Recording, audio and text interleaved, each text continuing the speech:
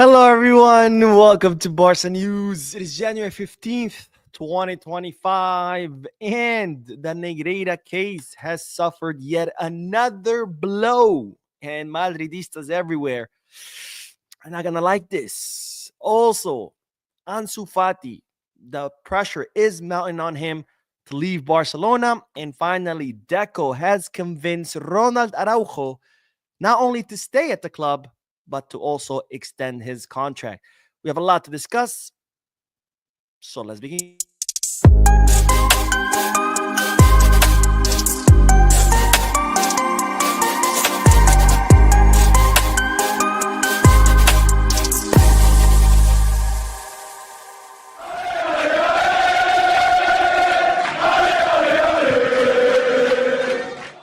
Hello, everyone. Welcome to the channel. My name is Moan. This is the Barca News Live podcast, which is on every Mondays, Wednesdays, and Fridays, where we discuss Barcelona news and we also get to interact with you lovely people in the chat section. Today, we're starting a little bit late because I did do the post-match live analysis, which if you haven't seen it, make sure to check it out, where we analyze the match between Barcelona and Real Betis. So I should say the thrashing of Real Betis by Barcelona. Now, of course, as always, for those of you who'll be watching when the podcast ends, I will be putting timestamps in the description and chapters in the timeline in case you do want to skip through the discussion and just get straight into the news. Having said all that, make sure to hit that like button, subscribe to the channel, drop a comment. If you are looking for any Barcelona jerseys or merchandise, make sure to hit the Goal Kids, K-Bag, or Fanatics. If you are looking to place any sports bets, make sure to bet us. All links are in the description. You click on them, you get access to some pretty cool deals and offers. Anyways, let's begin with the news because the Negreira case has suffered another blow. And Real Madrid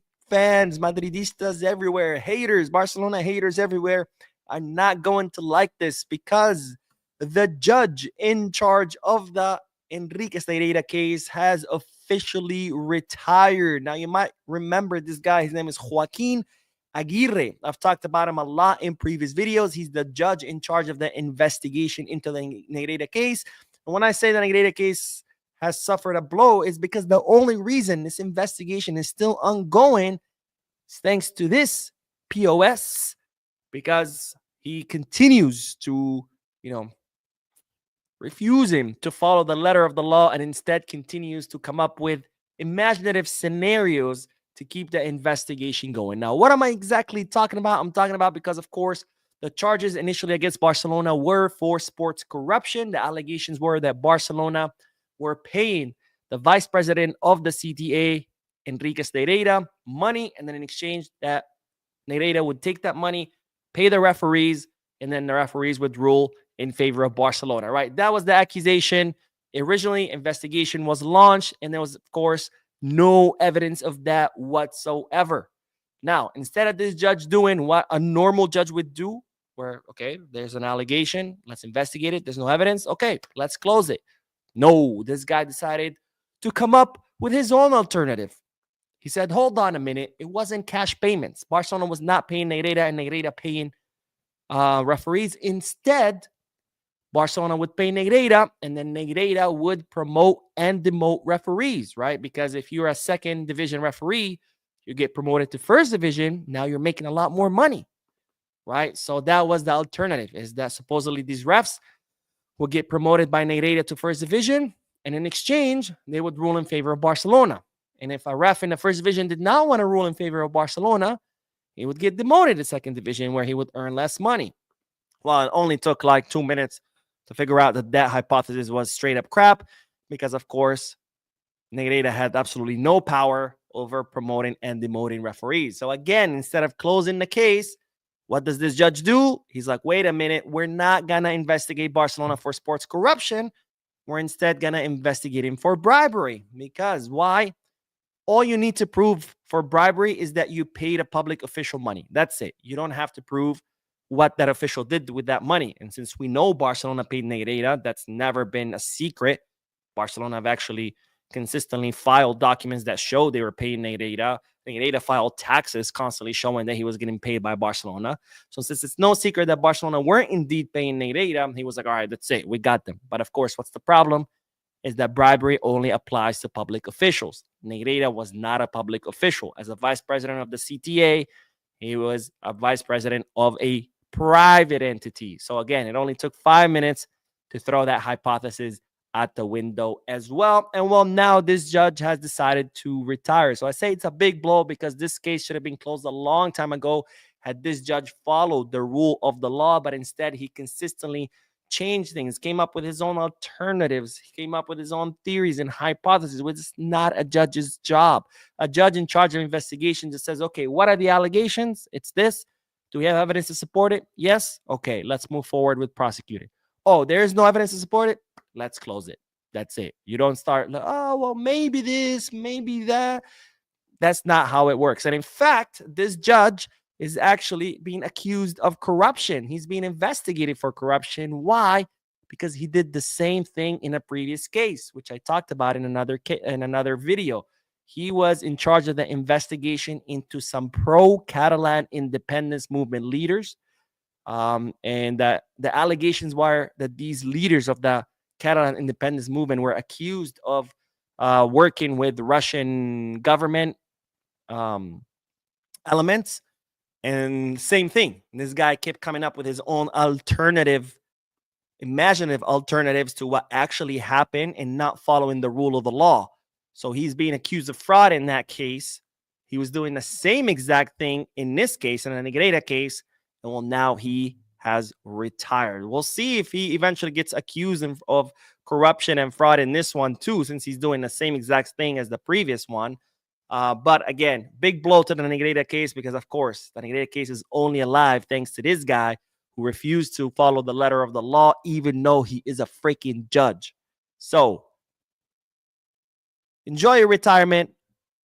Let's hope that you never, ever, ever step foot in another courtroom because you're an absolute disgrace to the legal profession. A judge that can't even follow the law is not a judge. Should have never been a judge. And I'm glad he's no longer one because this guy is an absolute disgrace. All right, let's do the comment section. And then we will talk about Ansu Fati because the pressure is mounting on the youngster to leave Barcelona. All right, let's see what the comments are saying. Let me put my glasses on because I'm an old man. But Besuficad says, hello, Mo. Just want to say thank you for the work. Get us updated always. No, my friend, thank you for watching because no matter how many updates I post, if nobody watches them, there's no point to them. So thank you guys for watching the updates. And Fitzroy says, guys, let's make history today by all of us liking the video. Let's do this for Best Barca channel on YouTube. Thank you, my friend. And yes, please, let's hit the like button. If every single one of you hits the like button, it'd be huge for this channel because, again, likes go a long way in helping channels grow more than subscribing to the channel.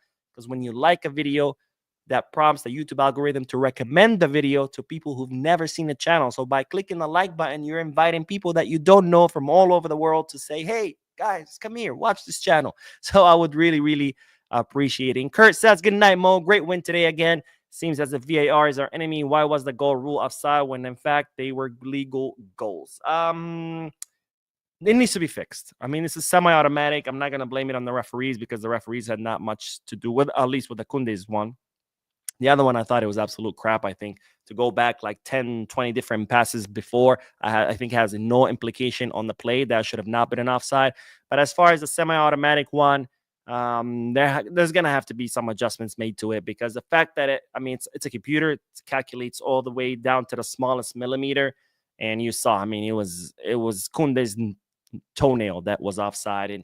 And I think that defeats the whole purpose of the offside rule. The offside rule is to negate any advantage that an attacker might have over a defender by being behind a defender. But you're telling me that having your toenail behind a defender is going to create any kind of advantage for the attacker? Absolutely not. They're both on the same line. They both have the same exact advantage. So something's going to have to be changed. It was absolute bullshit. But again, like I said during the post-match live analysis, when you do your job, referee becomes irrelevant. We scored 5 goals. Would have been nice to score 7. Sure, 7-1 sounds great. It's still a thrashing. It's still a victory. It's still a thrashing. It's still 5-1. So the referee should never be an excuse. We should always look to do our job on the field, to dominate, to create chances, to convert those chances. And then no matter how many mistakes the ref commits, it doesn't matter. Even if the ref had called the BS penalty, which I'm not saying that the penalty for Real Betis was BS. It was not. It was legit. But let's say he would have called another penalty and it was BS. Still wouldn't have mattered. 5-2, right? So when you do your job, the referee becomes irrelevant. And Kurt also says, glad that Araujo staying in. I'm happy that his heart at Barca and hope he keeps it there. We'll talk about Araujo in a little bit, so I don't want to get ahead of myself. And just says, Mo, Lamine is so amazing. You can see he was just having fun out there. Yes, great point, by the way. And not just Lamine, the whole team. And this is why I really liked the team today, because they're just following Johan Cruyff's advice, which says, salid y disfrutad, which in Catalan is just go out there and have fun. And that's exactly what the team was doing today. They just went out there. They were having fun. They were playing with joy. They were enjoying themselves. And you see that reflected in how they play. And you see that reflected in the result, which is another thrashing, the 14th thrashing of the season. And that's the difference of a team that enjoys himself versus a team that did it in the past seasons. Because if you look at the matches past seasons, just look at the players' expressions, look at their faces when they were playing, completely lost, completely just did not look like they wanted to be there. Now it's a completely another team, even though it's the same exact players. And that is the difference. And that's why that advice by Johan Cruyff is so, so important. And I'm glad that this team is finding a way to follow it.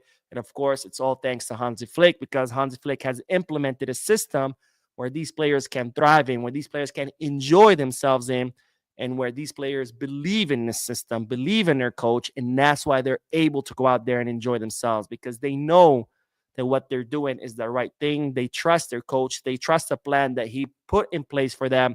And that's why they're able to enjoy themselves. And that's why we are able to enjoy what we see on the field, which is an absolute masterclass, another masterclass by Barcelona 3 days after scoring 5 against Real Madrid in a final. So very happy as well. As I said in a post-match live analysis, I haven't enjoyed myself watching Barcelona matches in so long. I think since Luis Enrique left.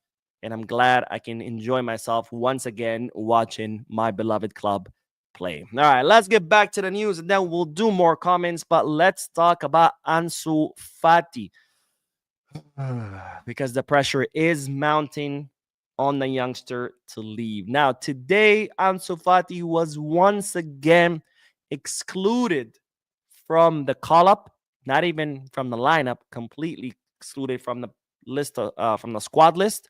He was once again in the stands, not even on the bench, and this is the third time in a row, because in the Spanish Super Cup semifinal and a Spanish Super Cup final, both matches, Ansu Fati was in the stands, and today, once again, he was in the stands, which is a clear message from Hansi Flick to Ansu that he simply does not count on him. Now, yesterday, I made a video about Hansi Flick's pre-match press conference, and in the press conference, he made those statements saying, that when he arrived, he said that Ansu Fati was working really hard, and he had, kind of like lots of hopes for him. Then he got injured, and so far he hasn't shown what Flick expected of him. So that was already a clear message from Flick saying that Ansu has disappointed me. He hasn't proven me right.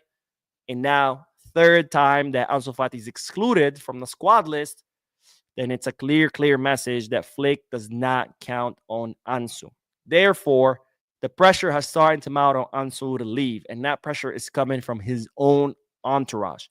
Ansu Fati's entourage, Ansu Fati's circle, his family, his friends, agent, they're all starting to pressure him to take one of the many offers on the table. We know Sevilla, Real Betis, I think Valencia, if I'm not mistaken, they're all interested in signing the player.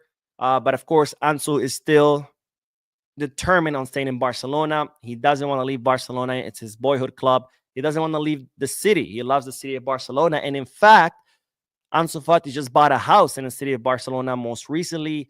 So he doesn't want to leave the city, doesn't want to leave the club. And of course, he has an incredibly high salary, which no club can match in Europe, given his performance.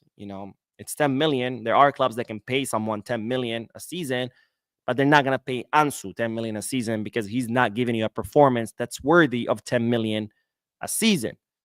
So given his high salary, really the only clubs that could pay that would be Saudi clubs. And it doesn't seem that Ansu wants to go that way. So for now, Ansu wants to stay put despite the clear writing on the wall that says you need to go somewhere else to find minutes. But his entourage are starting to pressure him to leave, to go somewhere else, and to get minutes because he's only 21 years old. This is the time of his career where he needs to be playing so he can continue growing, continue developing, and not plateau. So we'll see if this pressure from his entourage will affect Ansu Fati's decision because for now he wants to stay put, but it looks very clear that Flick simply does not count on him. Anyways, let's get back to the comment section and then we will talk about Ronald Araujo because Deco has convinced our Uruguayan captain to stay. All right, let's see. Rick says, hi, Mo. Excuse me. I'm catching you live after a long time. Bizca Barca, keep up the good work. Thank you, my friend. Bizca Barca, and thank you for watching the live and for your comment. And Solitude who says, joke of a judge, get out. Thank God, retired, so screw him. Solitude says, judge must have been pissed when he smoked his daddy Madrid 5-2 and 4-0. Hold that, Madrid, you corrupt institution. I mean, yeah, that's probably why he retired. He was so mad. He was like, F this, I'm out. I'm retiring. Soul C says, judge must have been pissed. 5-2 and 4-0 for sure. And Raw says he's definitely on Perez Diddy's VIP guest list. Absolutely. And DeMarca says Yamal unlocks his scoring mode. It's going to be awesome in the near future. Absolutely. Because so far, Lamine wasn't really scoring that many goals. It's mostly assisting. But even then, like, that didn't even matter that he wasn't scoring because what he was doing on the field was allowing others to score, right? Because not only was he assisting other players and allowing those players to score, but even just by having the ball, he was creating chances for other players because Lamine is so dangerous on the 1v1 that when he has the ball, other teams are obligated to send 2 defenders instead of 1, maybe even 3 defenders instead of 1. And when you have to send extra players to mark just 1, that opens spaces somewhere else, right? Because that second defender that has to go assist, he has to leave his man or his mark to go help his buddy who's about to get smoked by Lamine. And if you send 3 defenders, now there's another man that's been left or another mark that's been left unattended because, again, these defenders have to go out and contain Lamine. So that opens up the interior corridors. That opens up, runs for Dani Olmo, for Pedri, Rafinha, Lewandowski, whoever. So even though Lamine Yamal wasn't scoring, he was still helping the team score either through his direct assist, or just by the fact of him being present on the field because he's so dangerous, teams would have to send extra men to mark him. And now, to add to all that, to add to the fact that he's helping the team score through assists and through the danger that he creates, now he's actually scoring himself. So now he's a triple threat, and it's just insane. Absolute insanity. Abdul says, hi, Mo. I think our front 3 is now official. RLL, just like MSN. I really feel bad for Ansu. Hope he get more playing time wherever he goes. By the way, best trident in the world, Lewandowski, Lamine, and Rafinha. By far, the trident with the highest number of goals, assists, the most dangerous trident in the world right now. And it's crazy because there's a 10-year difference between each one of them, right? Lewandowski's 36, but he's almost 37. Rafinha, 27. Lamine, 17. Insane. Absolute insanity. Can you imagine if this trident were all in their prime? If Lamine was 25, Rafinha was 26, and maybe Lewy was 27? My God, we'd be talking about 10 goals per match. I mean, it's crazy. It's crazy. And to think this is the same team from last season that used to struggle to score more than 1 goal. Crazy. Street Fighter says, can Fati play with Barca Athletic? No, once you're a first-team player, you can't. Otherwise, I mean, that'd be cheating, right? Imagine if Barca Athletic are playing the playoff matches to qualify to second division, and then you would just send, Rafinha, Lewy, Lamine, Casado. You'd send all these first division players to Barca Athletic and just smash whoever you're playing in third division, and then they would just no, you can't. It's just not fair. Let's see. Solitude says, Mo, if you don't mind, can you explain this 1-for-1 rule? Is this only for winter window or summer also? The rule is for the entire fiscal year. That means fiscal year ends June 30th. So we're under the 1-to-1 rule until June 30th. June 30th, the fiscal year closes. All clubs submit their financial documentation to La Liga, showing, look, this is how much money we made, this is how much money we spent, detailed financial documents of each club. La Liga reviews all the documents from all the clubs and then issues each club what their wage limit is and whether they're under the 1-1 rule or not. If they're above their wage limit, they're not under the 1-1 rule. If they're under their wage limit, they are under the 1-1 rule. And this is done to protect clubs, right? Because if you have a club, because the way wage limits are calculated, it's based on how much money the club makes versus how much they spend, right? You're making $1,000 a month, hypothetical, but you're only spending 500. That means you're in good financial health, right? You're not spending more than what you're making. So your wage limit is going to be a healthy wage limit and you're going to be under the 1-1 rule. But if you're making $1,000 and you're spending $2,000, that means you are in financial trouble. You're spending way more than what you're making. So in order for La Liga to protect you, they say, okay, we're going to make it very difficult for you to sign. Why? Because they want you to stop overspending. Because if you keep overspending, eventually you're going to go bankrupt. So the reason for the financial fair play rules is to protect clubs from overspending until they bankrupt and they stop existing. And that was the case with Barcelona for many years. They were spending way more than what we're bringing in. At one point, our wage bill was 900 million. Imagine spending 900 million just on salaries. That's insane. That's insanity. So that's when La Liga steps in and says, hold on, you are going crazy with your money. I'm going to make it very difficult for you to spend your money. So that's how wage limits are calculated. So June 30th, Barcelona will submit its documentation. If they made more money than what they spent, if they're healthy financially for that year, La Liga will say, okay, you can continue being under the 1-1 rule or you're going to revert back. So for now, we're good until June 30th, right? Things could change. Hopefully not. So we're not completely out of the water. But hopefully, we do stay under the 1-1. Anyways, let's get back to the news because we do have to talk about Ronald Araujo because, ladies and gentlemen, Deco has convinced the Barcelona captain not only to stay at the club, but he's also convinced them to extend his contract with Barcelona. Now, as you know, Araujo had made up his mind. He had officially informed the club that he was done, that he wanted to leave and wanted to leave during this winter transfer market to Juventus. And Juventus were actively negotiating with Barcelona and they were actively negotiating with Araujo. And in fact, it's been revealed that Araujo had already had a conversation with Thiago Motta, Juventus's coach, to discuss, what are the plans for him, what his role was going to be. Thiago Motta told Araujo, you're going to be, a cornerstone of this new project, blah, blah, blah. So that's how advanced these talks were in, where Araujo had already made up his mind, officially told Barcelona he's leaving, and had even had a conversation with Thiago Motta. Now, Barcelona, of course, their position was always the same. Araujo's not for sale. He's an important player, but if he wants to leave, fine. But it's going to have to be for at least 70 million euros. Now, Juventus, it didn't seem like they were going to be able to match that, which I said this several videos ago.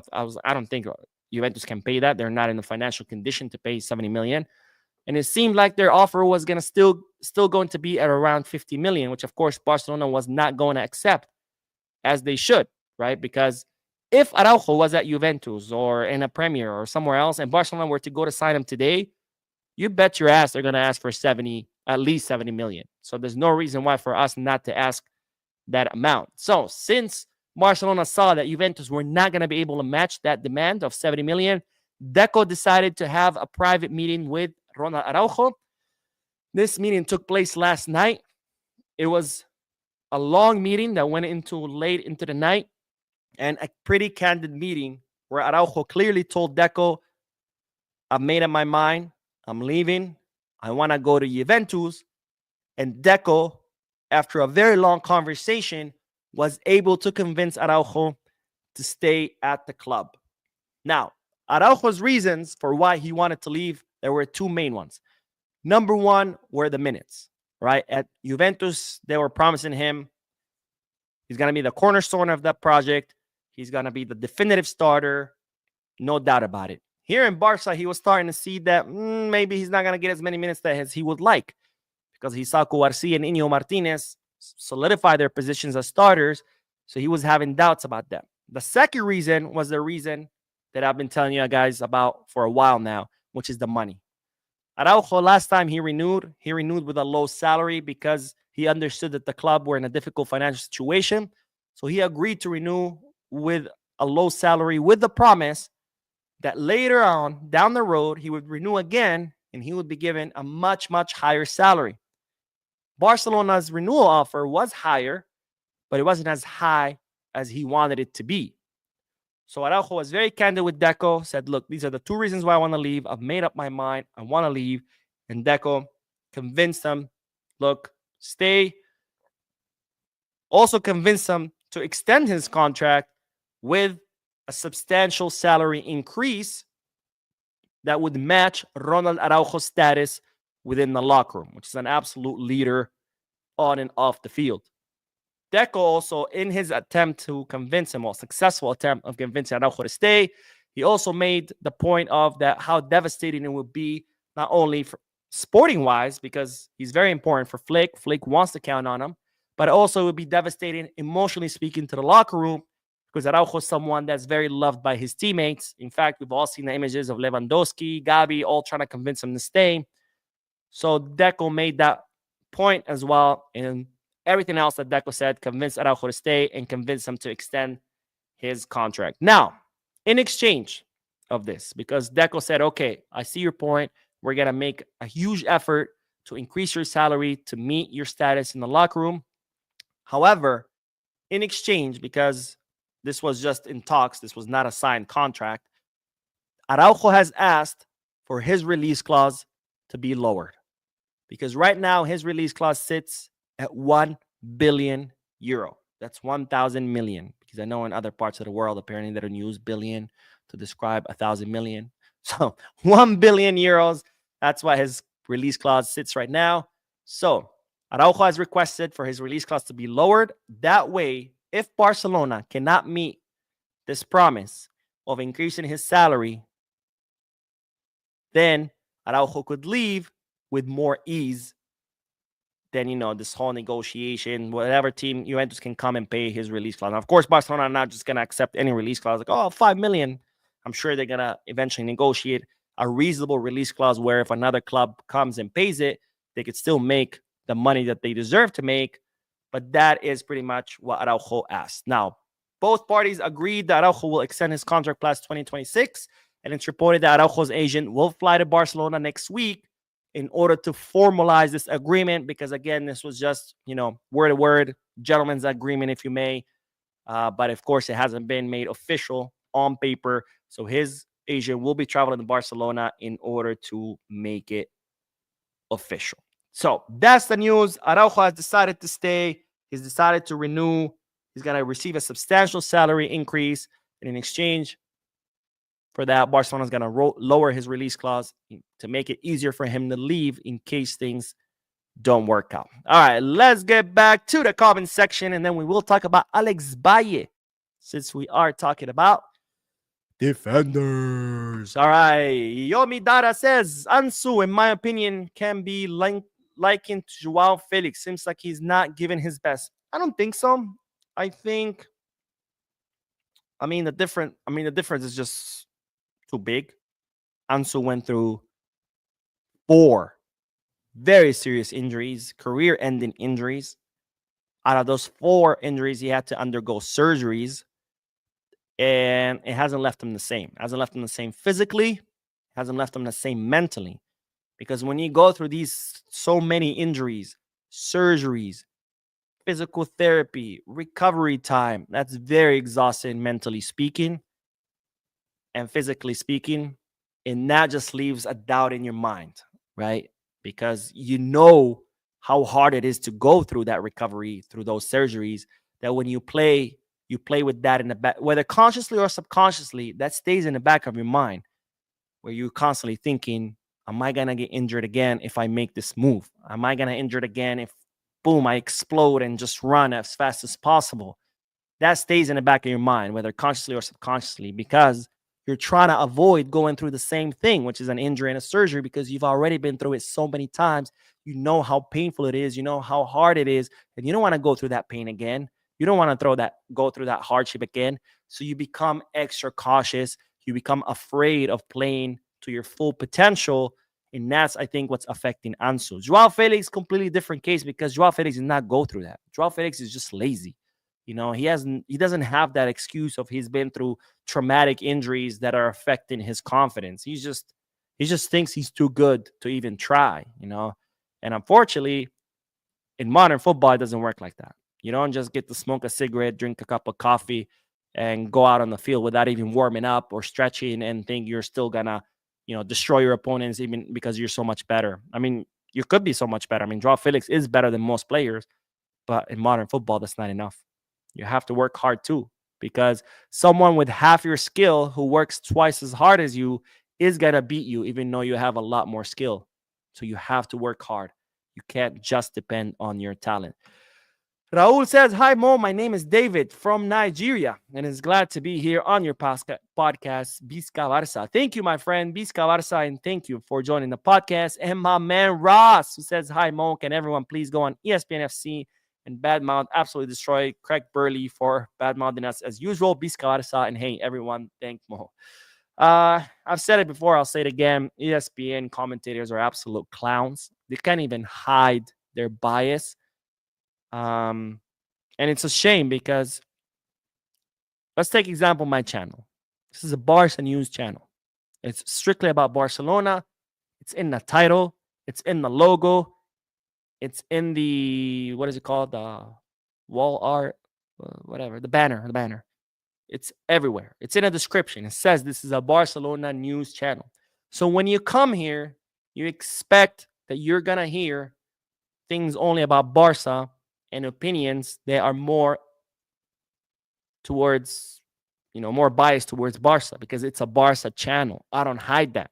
I don't come here and tell you I'm going to be unbiased about everything. No, I'm not. That's why I crack up when people are like, "Oh, Mo, you're so biased." Well, duh. It's a Barcelona fucking channel. What did you expect? But ESPN, they're supposedly, just an unbiased news channel. They're just here to give you the news and just here to commentate on matches in a neutral way. And yet they're not.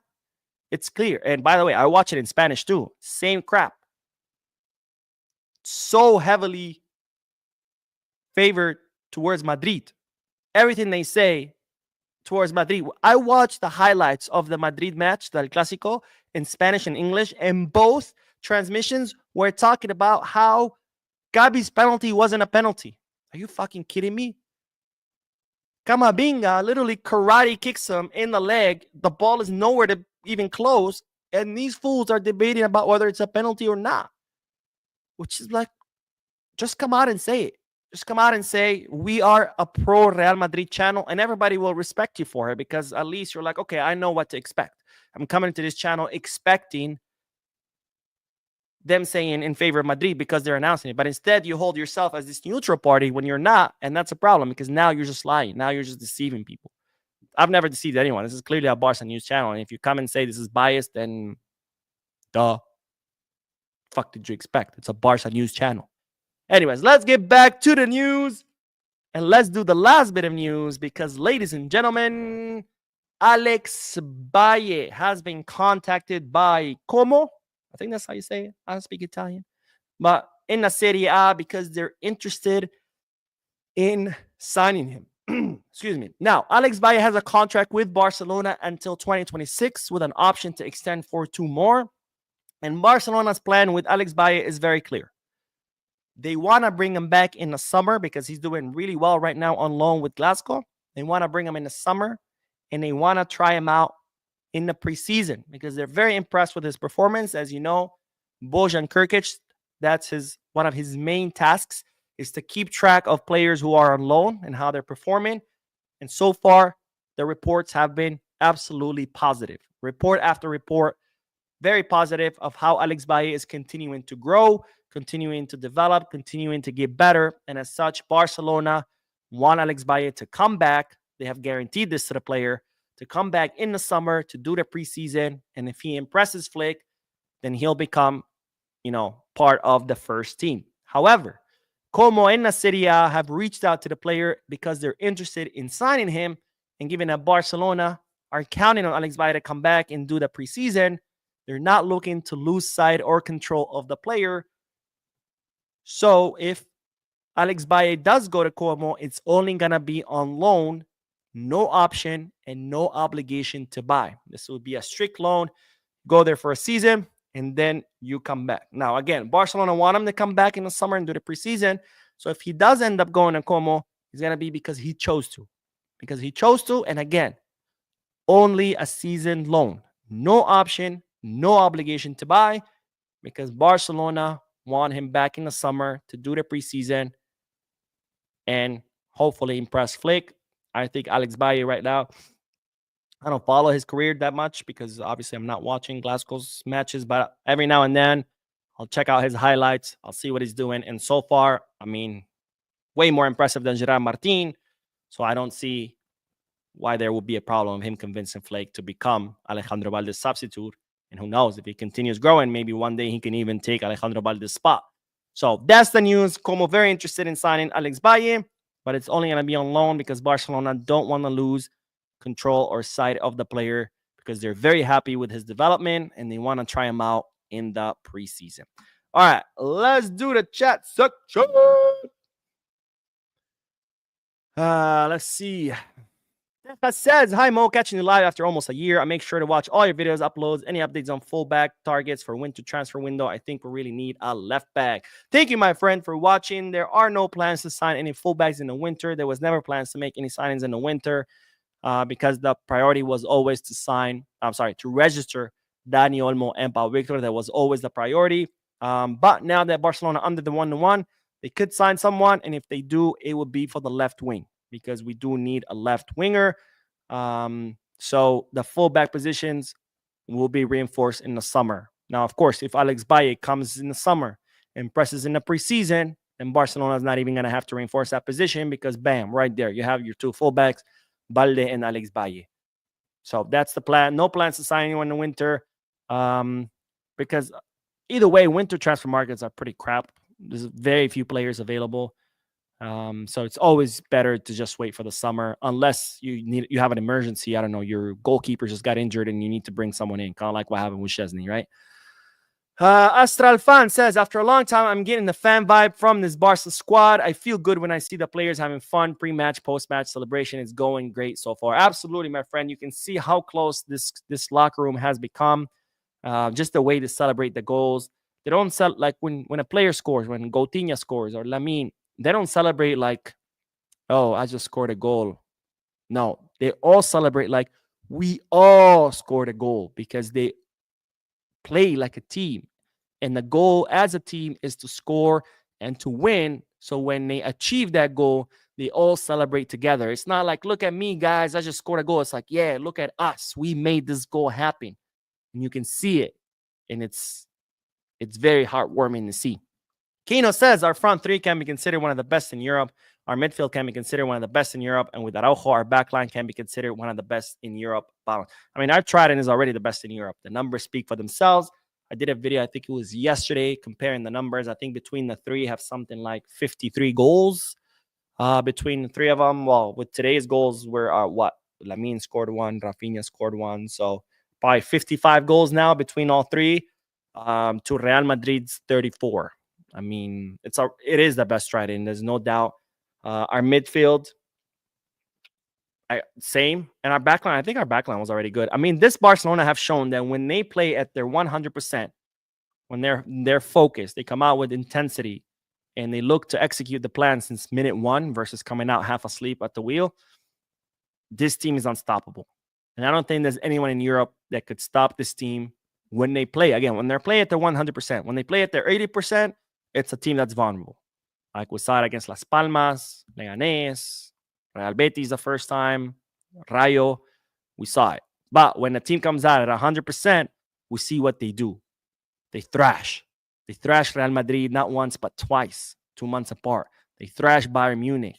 They defeat What's that team? Dortmund. I don't know why I forgot Dortmund. Dortmund in their home stadium, a stadium where they haven't lost in 2-3 years. I mean, this team is unstoppable when they play the way they play. And it's something I said after the last Clasico, where I said this team has to come out every match looking to bury their opponent during the first half, score 2, 3, 4 goals, and then the match is over.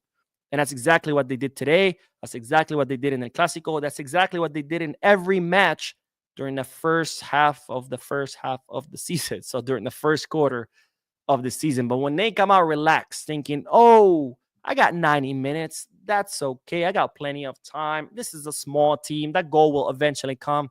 That's a problem. And that's exactly how Barcelona played against those teams that would drop point against. And it doesn't work. So when this Barcelona is at 100%, they're absolutely unstoppable and they're the best in Europe.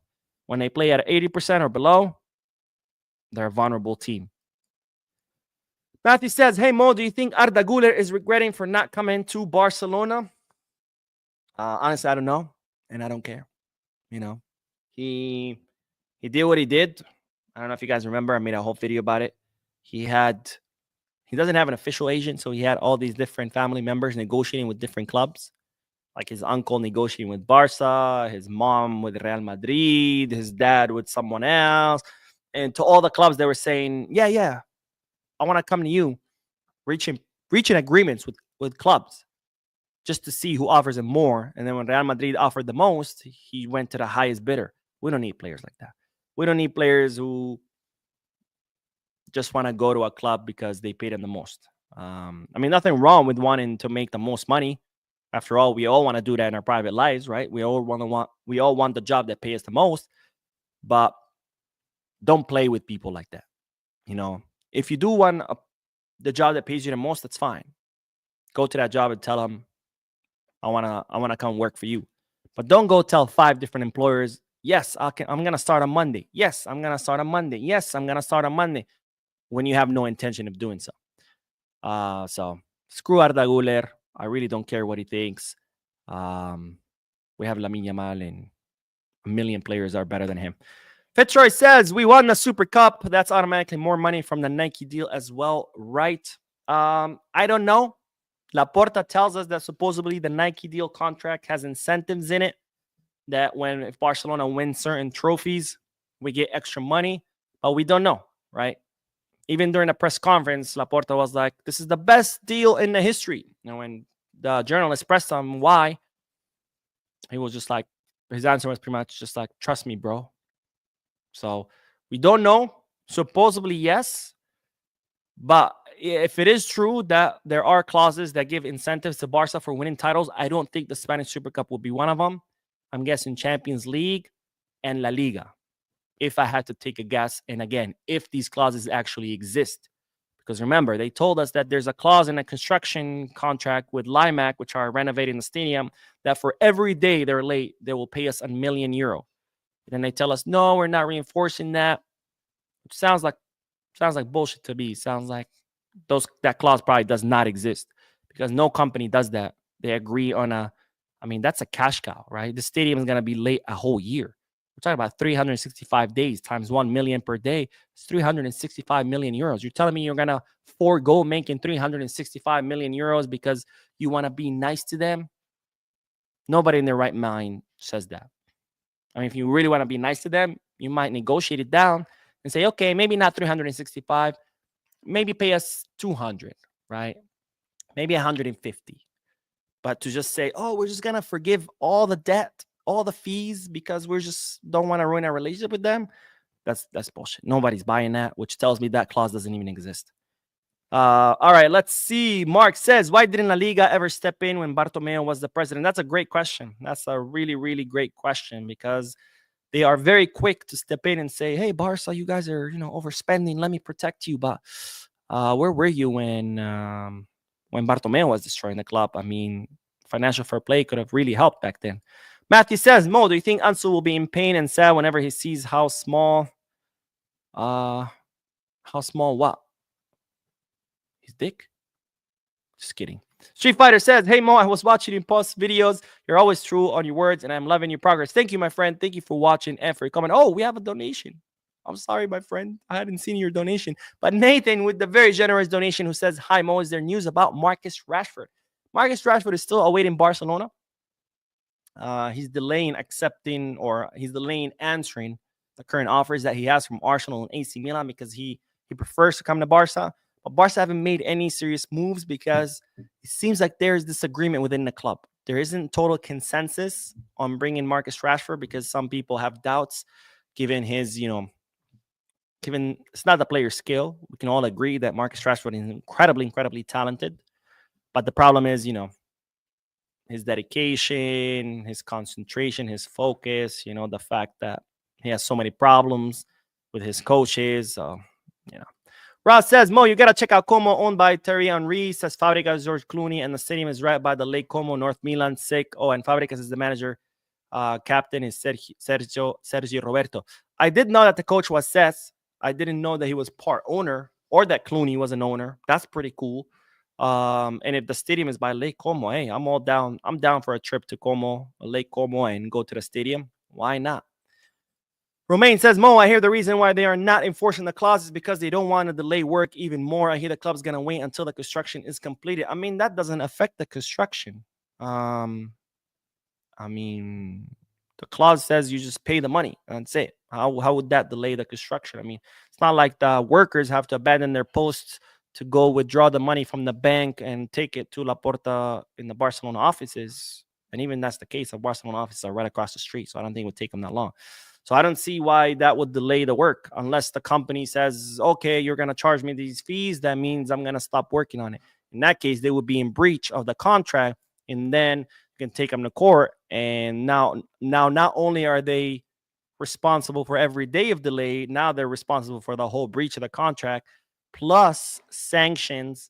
And now you're talking about billions of euros that this company would be on the hook for. And remember, if they decide we're not going to continue construction, that's even more days that they're late. So that's the bill just keeps adding up. And then there's interest. If you file a lawsuit, there's interest. And you're talking about they will be in deep trouble. I mean, it would probably bankrupt them to just go to court over a contract this big that they refuse to comply with. Nima says, get the dog in the frame for a sec, please. Marshall, come here, Bubba. Sit. Good boy. Let me see if I can. He's pretty low. My camera's. I don't think I can lower my camera more. Oh, I got an idea. All right, hold on, guys. Hold on. Come here. Yeah. Wee. Say hi.